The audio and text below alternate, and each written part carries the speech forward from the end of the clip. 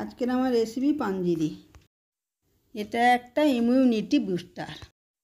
এটা ছোট বড় সবাই খেতে পারে। তাছাড়া এটাকে পূজার নৈবেদ্য হিসাবে ব্যবহার করা হয়।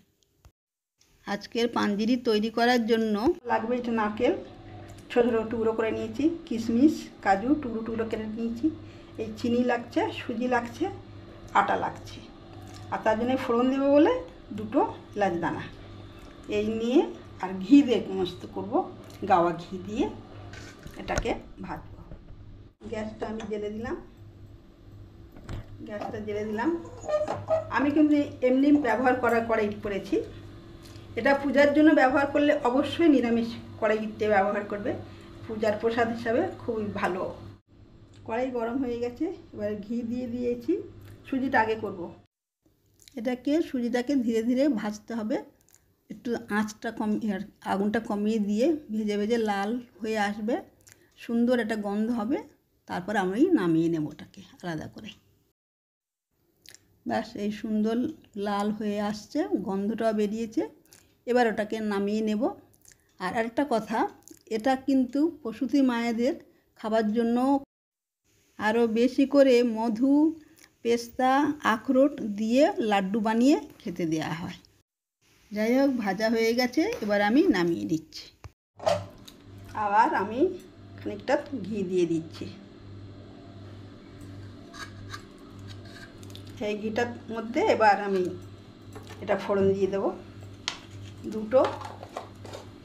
দুটো এলাচ দানা, শুধু গন্ধটা হওয়ার জন্য, সুন্দর গন্ধ একটা আসার জন্য আমি এলাচ দানা দিয়ে দিচ্ছি। পরিমাণ অনুযায়ী আর কি এলাচ দানা দেওয়া, আমার যেহেতু কম করছি সেই জন্য আমি দুটো এলাচ দানা নিয়েছি। এরপর আমি আটাটাকে ফ্রাই করব। আটাটাকে ঢেলে দিলাম, আটাটাকে ঢেলে দিয়ে এই নাড়াচাড়া করতে করতে ওটা বেশ ঝুরঝুরে হয়ে যাবে। আটাটা ভাজা হয়ে গেছে, বেশ গন্ধ বেরিয়েছে, লাল হয়ে গেছে। ওটাকে এবারে নামিয়ে নেব আটাটা। এরপর আবার একটু ঘি দিয়ে নারকেলটা ভাজা করব। প্রথম খেয়েছিলাম যখন ছোটোবেলায় আমরা এমপিতে থাকতাম, ওখানেই সব বাড়িতেই আর কি পূজার প্রসাদ হিসাবে এই পাঞ্জিরি ব্যবহার করত। আমাদের খেতে খুবই ভালো লাগতো, আমরাও সেই সময় খেয়েছিলাম, তারপরে শিখেছি। যাই হোক, এবারে হাফ চামচ মতো ঘি নিয়ে নিলাম, এটাতেই আর কি নারকেলটা ফ্রাই করে নেব।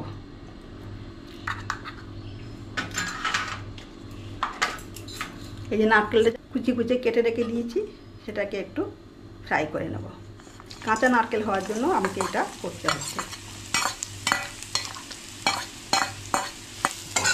এই হালকা লাল হয়ে আসবে, তারপরেই আমি সমস্ত উপকরণটা ঢেলে দেবো।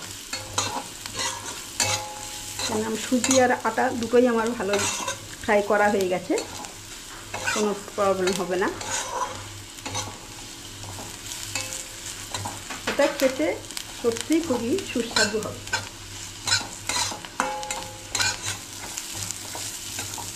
সবগুলো একটু ভাজা ভাজা হয়েছে, দেখো সব লাল লাল মতো একটু হয়ে গেছে সবগুলো, আর কাঁচা কোনো ইয়ে থাকছে না। এবারে এর মধ্যে আমি সমস্ত এটা দিয়ে দেবো। এবারে যে সুজি আর আটা যে বানানো হয়ে রয়েছে সেটাকে আমি ঢেলে দিচ্ছি।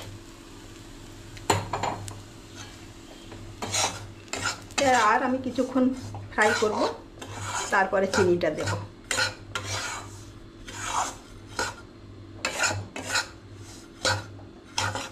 দেখো কত সুন্দর দেখতে হয়েছে।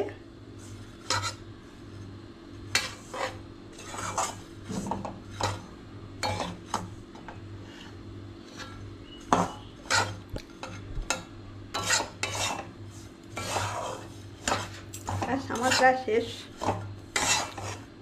আমার ভাজার শেষের দিক হয়ে গেছে। সময়টা খুব বেশি লাগে না, তোমরা পারলে এটাকেও করো, ট্রাই করে দেখো, ভালোই লাগবে। ব্যাস এটা আমার পুরো রেডি। এবার আমি ওভেনটাকে অফ করে দিলাম, দিয়ে কিছুক্ষণ এই গরম কড়াইতে নাড়াচাড়া করে নিয়ে একটু সাইজ করে নিয়ে এবারে আমি ঢেলে ফেলবো। এবারে তোমরা এটাকে বাচ্চাদের দিলে দুধ দিয়েও দিতে পারো, টেস্ট খারাপ লাগবে না, ভালো লাগবে। আর শুকনো খেতে গেলে তো অনেক সময় হয়তো গলা হতে পারে, শুকনো একদম ড্রাই, সেই কারণে এটাকে দুধ দিয়ে দিলে ভালো লাগবে। আমি এবার এটাকে পাত্রে ঢেলে ফেলছি। এটা খুব সময় লাগে না, এই দেখতে দেখতে গল্প করতে করতেই পুরো রান্নাটা কমপ্লিট হয়ে যায়। একদম এরকম খুব কিন্তু টেস্টি এটা পদ। এবারে একটু ঠান্ডা হয়ে গেলে পরে আমি এটাকে একটা বয়ামের মধ্যে ঢেলে রাখবো। এটা টাইম টু টাইম খাওয়া যাবে।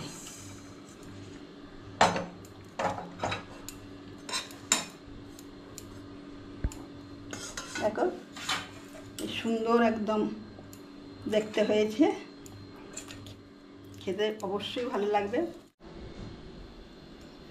এমনিভাবে কিছুটা করে নিয়ে দুধ দিয়ে অথবা শুকনো পরিবেশন করতে পারা যায়।